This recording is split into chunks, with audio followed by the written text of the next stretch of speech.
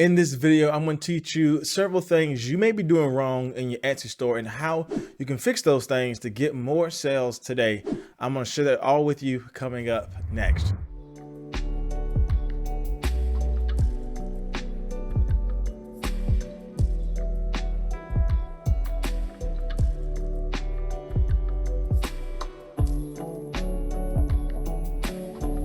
So welcome back to my video, my friends. You are new here. My name is Jade. On this channel, I do everything from how-to videos and step-by-step guides, teach you exactly how to create and sell your own digital products online. And so if you like content like this, consider subscribing to my channel. And at any time you are getting value in today's video, make sure you guys hit that like button because that helps this channel out a lot.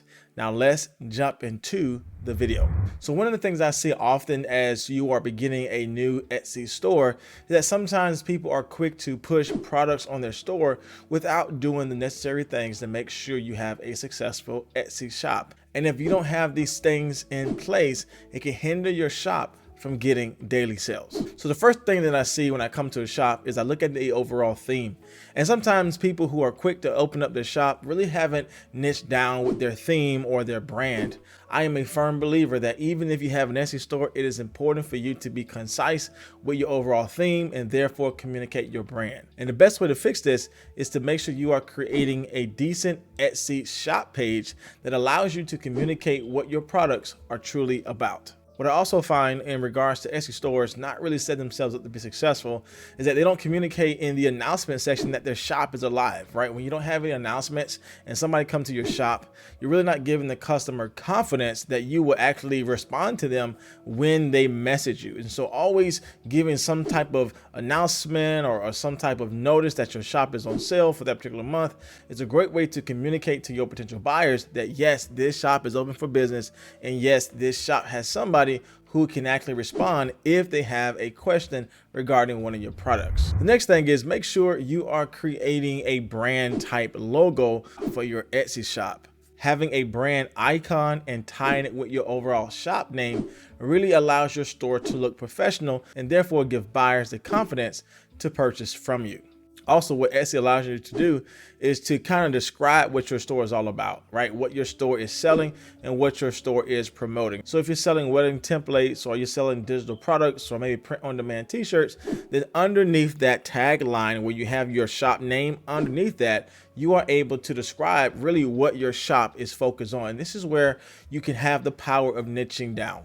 And that's the next one. I see a lot of stores not niching down with their products, right? They're selling candles, they're selling doggy items, they're selling print-on-demand t-shirts, and they're selling digital products all in one store. And I taught you in my other videos why it is important for you to niche down, because when you niche down, you are able to give clarity to your customer. And I shared with you in my other videos the importance of niching down.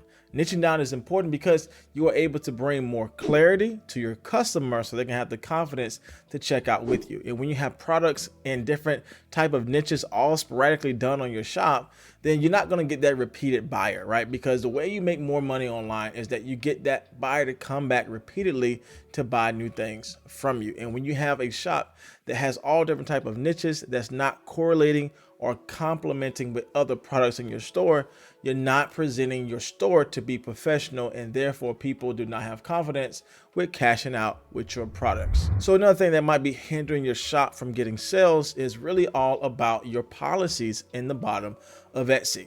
Etsy pushes stores that have all of their policies and their features listed out. So you want to make sure you spend decent time listing out all of your policies, your returns, your shipping, your type of files that you're sending off. If you're selling digital products, Etsy allows you to clarify when people will get those products. If you're selling personal messages or personal items, you are able to put all of that helpful information down in the policy page below. If you do not accept returns, you can also put that in there also. At the end of the day, Etsy pushes stores and shops that are actively engaged on the platform. So if you haven't yet filled out this area on your Etsy shop, even giving information about you, then you're really not setting your shop up for success. Now, when it comes down to your shop listings, again, this is where you have the opportunity to make a sale. And most people believe that if they just push their product, then they will get a sale. Well, guess what, my friends?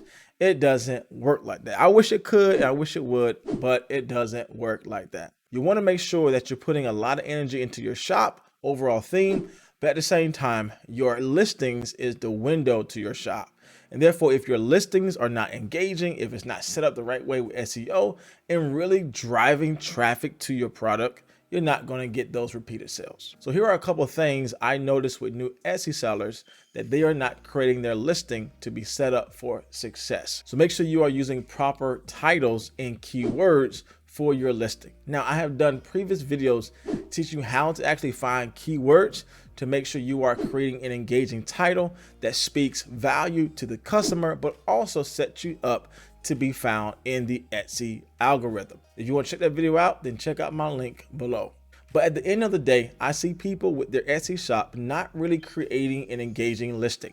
If you notice, Etsy give you multiple places to put multiple keywords, but in regards to your listing being found in search, it really only comes to those 4 or 5 major words on your Etsy title. So you want to make sure you are picking high targeted keywords that speaks value of your product within those 4 and 5 words in the beginning of your title. This not only allows Etsy to put more emphasis on the beginning of your title, but at the end of the day, you want to make sure that you are communicating the value of the product to your customers. And not all of your title will be shown in regards to your product being found in search. Only that first 4 or 5 words will be shown. So you really want to make sure you are conveying a complete thought and really displaying the product you have, so that when the customer sees your product in the search, they know exactly what they are clicking on. And that goes to my next one. You want to make sure you are creating an engaging thumbnail.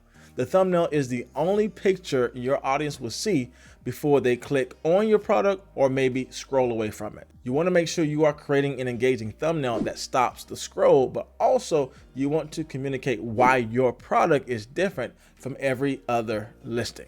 Now, I taught you in my separate videos exactly how to create engaging mockups. If you guys want to check out my 10 Etsy mockups, then check my link down below. But at the end of the day, you want to look at what successful shops are doing and how you can actually create that in your own style and therefore engage people with your title and your thumbnails. You also want to make sure you put different features on that thumbnail page so people know exactly what they're getting. If you're selling a bundle, you want to let people know how many pages come in that bundle on your thumbnail page. If you are doing print on demand and you're giving away fast shipping or free shipping, then you can also put a little icon on your thumbnail page along with your product, so people just not only see the product, but they have information regarding your product. And the more information you give to your customer, again, you are giving them clarity, therefore giving them confidence to check out with you. And the next tip I can give to you, where a lot of people fail in regards to making really engaging thumbnails, is that make sure you are testing. I cannot tell you how many people got their Etsy store started and they have great products, but they just don't test and things don't get sold. So you want to make sure that you're testing different thumbnails and different keywords to see which ones are really successful. When it comes to new Etsy sellers, I noticed that a lot of people just settle with 10 or 20 products and not realizing that the more products you offer, the more opportunities you have for buyers to check out with you. Again, you want to provide options for the people that are coming to your shop. And if you don't have as many options, you're not giving yourself the opportunity for your shop to be successful with consistent sales. So create more things. Try to make a daily habit of sitting down and creating 5 products for your store every day. If you can't create 5 every day, then try to at least create 10 per week. The overall goal is not to measure your shop success by how many sales you're getting, but to measure your shop success by how many engaging products you are creating. Again, it's not more so about profit in the beginning stages, but it's definitely about creating a system where you are able to produce more quality products to release on your store. And the more you are able to create a system that works for you, the more you are able to find out your style and how you're able to create products that you enjoy, but also align those products with what people are looking for. So creating a system is essential when you are beginning as an Etsy seller. And the last thing I can tell you in regards to why you're not getting enough Etsy sales is just simply you're not giving yourself time to be successful. You have to look at the times where Etsy shops are really growing, and it's really in the fourth quarter, that Thanksgiving, that Christmas time and the New Year's. That's where a lot of shops are really successful. And so you really want to give yourself time to be successful, right? Give yourself time to learn how you like creating products, figure out where your niche really is. Sometimes people start in a niche that they're not passionate about, and it's okay to switch different niches. It's okay to go in different places, but so many people start, but they don't continue. They quit too early.